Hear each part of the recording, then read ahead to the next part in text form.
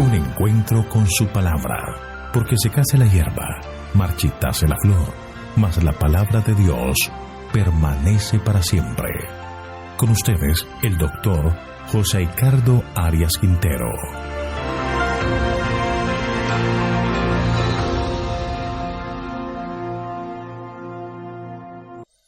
Hoy vamos a estudiar Mateo capítulo 20, versículos 17 hasta el 28. Jesús anuncia por tercera vez su muerte. Te invito a orar. Padre nuestro que estás en el cielo, alabado, glorificado y exaltado sea tu santo nombre. Gracias te damos, Señor, porque tú nos amas, tú perdonas nuestros pecados, nos limpias de maldad. Gracias, Señor, por tu paciencia para con nosotros. Y te pedimos en este momento que derrames tu gracia sobre nosotros, concediéndonos la presencia de tu Espíritu para que al abrir tu palabra, Él nos la enseñe y nosotros podamos comprenderla. Gracias, Señor, por todo el amor que nos profesas y por responder a esta oración, pues lo pedimos en el nombre de Jesús. Amén.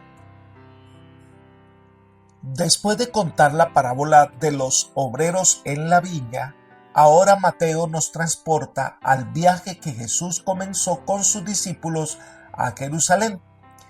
Y vamos a estudiar entonces este anuncio que hace Jesús de su muerte.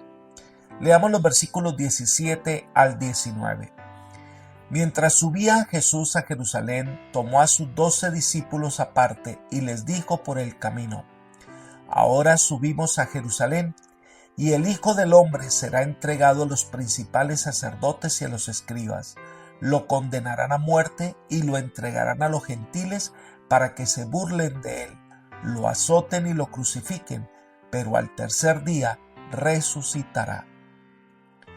Este es un relato que ocurre más o menos a principios del año 31 de la Era Común. Después de estos últimos meses de su vida terrenal, Jesús había ido a Jerusalén y a Judea varias veces, pero había dedicado la mayor parte de su ministerio a los habitantes de Samaria y de Perea. Sin duda, estos sucesos ocurren por el camino antes de llegar a Jericó. Desde el Valle del Jordán, que está a unos 300 metros por debajo del nivel del mar, debía subir a Jerusalén, que está a unos 770 metros sobre el nivel del mar.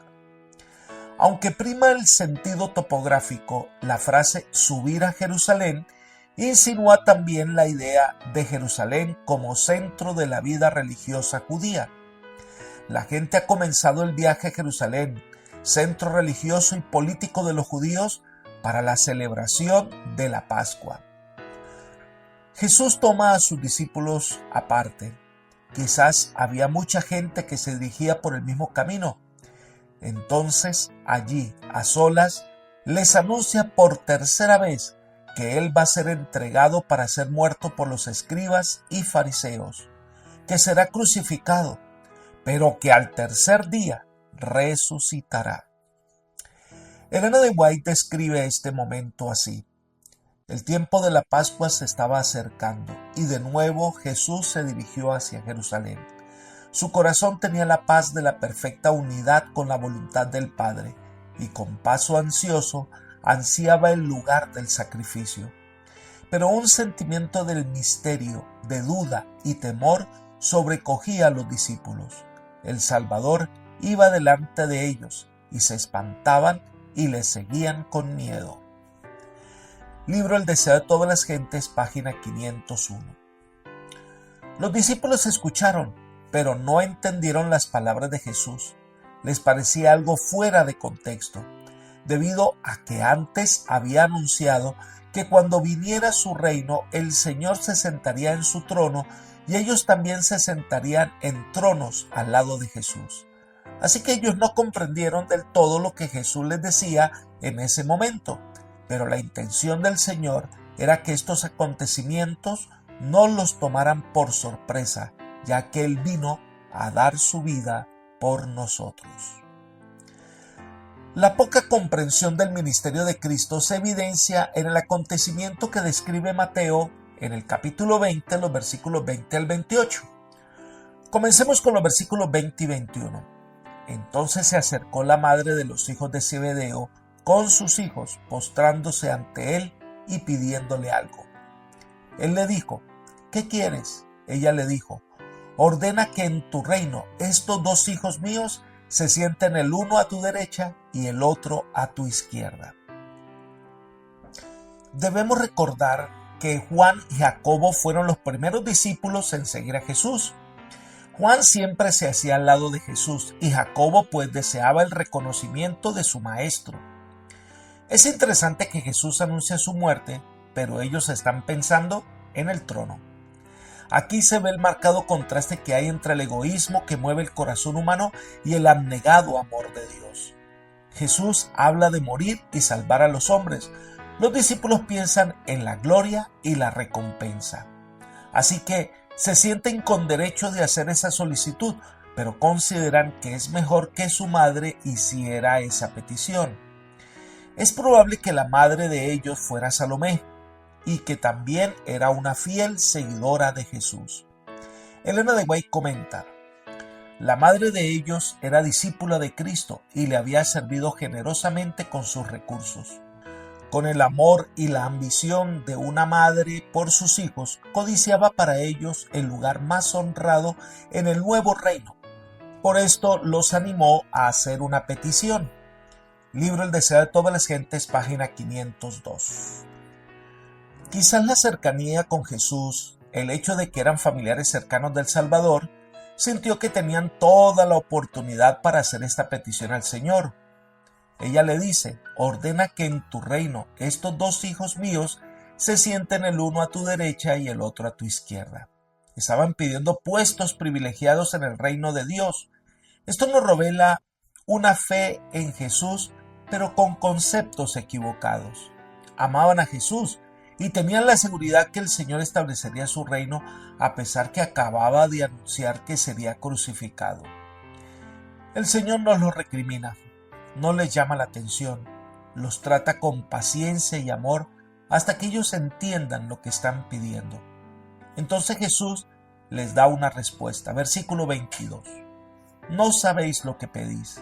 ¿Podéis beber del vaso que yo he de beber y ser bautizado con el bautismo que yo soy bautizado? Ellos le respondieron: podemos. Lo primero que el Señor les dice es que no saben lo que están pidiendo. Ellos todavía tenían su mirada en un reino terrenal, todavía piensan en las glorias o recompensas o privilegios de ser parte de un reino basado en principios del mundo. Así que ellos no sabían lo que pedían, porque antes del reino de gloria viene la cruz. Por eso Jesús les dice: ¿podéis beber el vaso que yo he de beber? Entonces, ¿cuál es la copa o vaso que habían de beber Jesús y sus discípulos?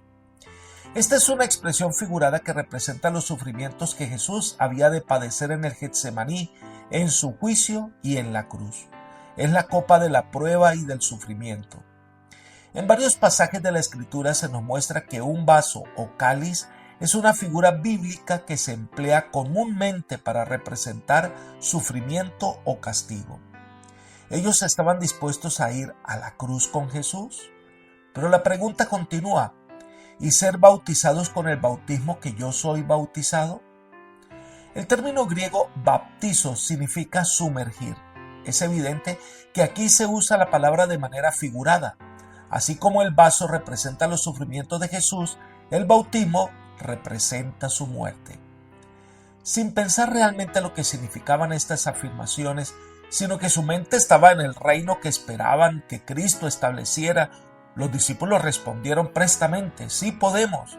Pensaban que era un privilegio y un honor demostrar lealtad al Señor, compartiendo todo lo que le aconteciera al Señor, solo que ellos estaban pensando en las glorias del reino terrenal. Entonces el Señor les responde. Leamos el versículo 23. A la verdad de mi vaso beberéis, y con el bautismo con que yo soy bautizado seréis bautizados.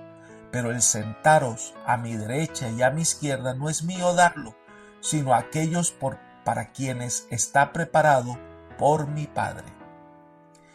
Esta respuesta tiene dos partes. La primera, aunque ellos no entendían del todo lo que pedían, Jesús les profetiza que ellos beberían el vaso y experimentarían el bautismo que Jesús experimentaría.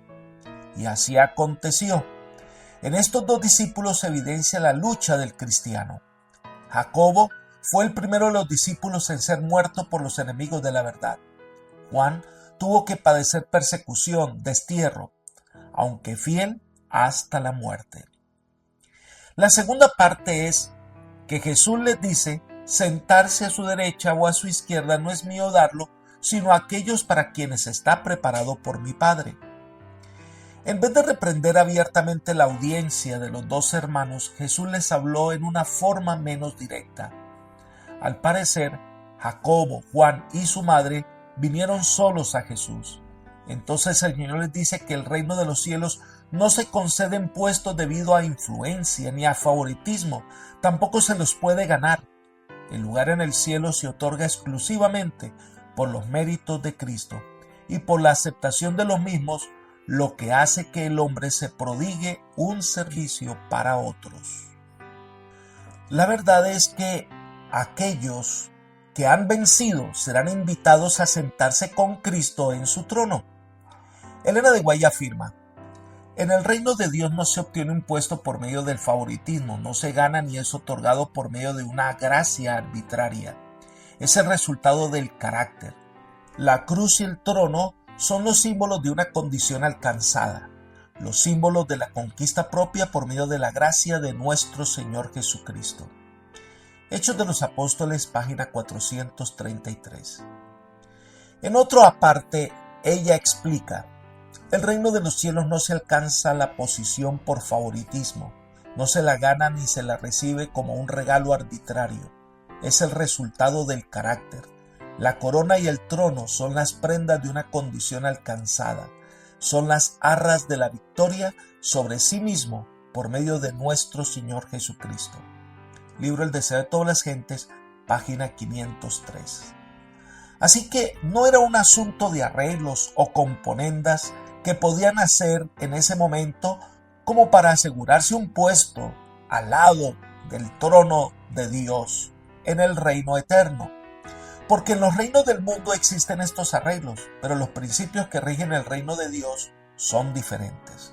En el mismo libro, en la misma página, Elena de White afirma: el que estará más cerca de Cristo será el que en la tierra haya bebido más hondamente del espíritu de su amor desinteresado. Amor que no nace sin razón, no se ensancha, no busca lo suyo, no se irrita, no piensa el mal. Amor que mueve al discípulo como movía al Señor, a dar todo, a vivir, trabajar y sacrificarse aún hasta la muerte para la salvación de la humanidad. Lo cierto es que nuestras acciones de hoy demuestran cuán cerca estamos de Jesús, cuán comprometidos estamos con su reino. Esto por supuesto trajo el desagrado de los otros discípulos, versículo 24 de Mateo 20. Cuando los 10 oyeron esto, se enojaron contra los dos hermanos.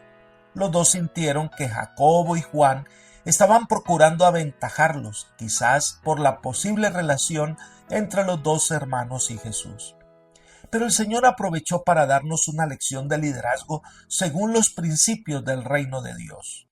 Esto lo encontramos en los versículos 25 al 28. Entonces Jesús, llamándolos, dijo: ¿sabéis que los gobernantes de las naciones se enseñorean de ellas, y los que son grandes ejercen sobre ella potestad? Pero entre vosotros no será así, sino que el que quiera hacerse grande entre vosotros será vuestro servidor, y el que quiera ser el primero entre vosotros será vuestro siervo. Como el Hijo del Hombre, que no vino para ser servido, sino para servir y para dar su vida en rescate por todos. Los principios que rigen el reino del mundo difieren enormemente de los principios que rigen el reino de Dios. Los gobernantes ejercen autoridad, se enseñorean sobre el pueblo, ejercen autoridad terrenal usando el poder. No puede ser de otro modo. Berkeley en este comentario dice lo siguiente: En el mundo, dijo Jesús, es totalmente cierto que los grandes hombres están en control de los demás. Son hombres a cuya voz de mando los otros tienen que obedecer, hombres que con un mero gesto hacen que se les supla la más insignificante necesidad. En el mundo había un gobernador romano con su corte y un potentado oriental con sus esclavos. El mundo los consideraba grandes. Esta es la realidad de los gobernantes humanos. Son guiados por el egoísmo y sus intereses personales. Pero en el reino de Dios, cuanto más grande es la responsabilidad, más dispuesto a servir debe estar. El mundo puede que mida la grandeza de una persona por el número de hombres que pueda controlar y que están a sus órdenes, o por su talla intelectual y por su eminencia académica, o por el número de juntas en las que es consejero, o por el tamaño de su cuenta corriente y de las posesiones materiales que ha amasado. Pero para la valoración de Jesucristo, esas cosas no tienen importancia. Su valoración es bien sencilla. ¿A cuántas personas has ayudado? Jesús pone el ideal del liderazgo en una dimensión superior. El verdadero líder es el que está dispuesto a servir. Elena de White dice, Cristo estaba estableciendo un reino sobre principios diferentes. Él llamaba a los hombres no a asumir autoridad, sino a servir, a sobrellevar los fuertes las flaquezas de los débiles. El poder, la posición, el talento y la educación colocan a su poseedor bajo una obligación mayor de servir a sus semejantes. Aún al menor de los discípulos de Cristo se dice, porque todas las cosas son por vuestra causa. Libro El deseo de todas las gentes, página 504. Y entonces coloca su propia vida como ejemplo a seguir. Versículo 28 dice, como el Hijo del Hombre que vino no para ser servido, sino para servir y para dar su vida en rescate por todos. La vida de Cristo fue en primer lugar una vida de servicio. Durante el transcurso de su ministerio nunca tomó para sí ninguno de los privilegios que los rabinos solían atribuirse. No tenía nada que pudiera llamar suyo y nunca ejerció el poder divino en su propio beneficio. Esta debe ser la actitud de un líder, amar a aquellos que dirige para ayudarles a seguir adelante. Un líder cristiano no aprovecha la responsabilidad que tiene para granjearse privilegios, no vive para sí, vive para servir a otros. Pero aquí el Señor usa una de las palabras más importantes en el plan de salvación. Dice el rescate. En el griego, lutron, que significa rescate, expiación, recompensa. En los papiros se emplea la palabra lutron para referirse al precio pagado para libertar a un esclavo. Los hombres estaban bajo las garras del maligno. Su destrucción era inminente, la sentencia de muerte una realidad. Pero Jesús vino a pagar el rescate con su vida, a tomar el lugar del hombre, a recibir la sentencia por el hombre. Somos libertados de la esclavitud del pecado y la muerte por la sangre de Cristo Jesús. El enemigo de las almas fue derrotado y ahora el hombre puede gozar de la libertad en Cristo. Allí sí hay verdadera libertad. En Jesús hay verdadera garantía de que todos los que le acepten podrán gozar de la vida eterna. Apreciado amigo y hermano, Jesús ha puesto los principios que rigen su reino, el amor y el servicio. Esto es lo que hace grande a una persona ante los ojos de Dios. Y esto solo podrá lograrse si nosotros aprendemos de la vida de Jesús, de aquel que lo dio todo por nosotros, para que tú y yo hoy podamos recibir perdón, gracia y salvación. Que el Señor te bendiga hoy y que puedas experimentar el amor y la misericordia del Señor en tus actividades. Que el Señor te bendiga y te guarde. Es mi oración por ti. Amén.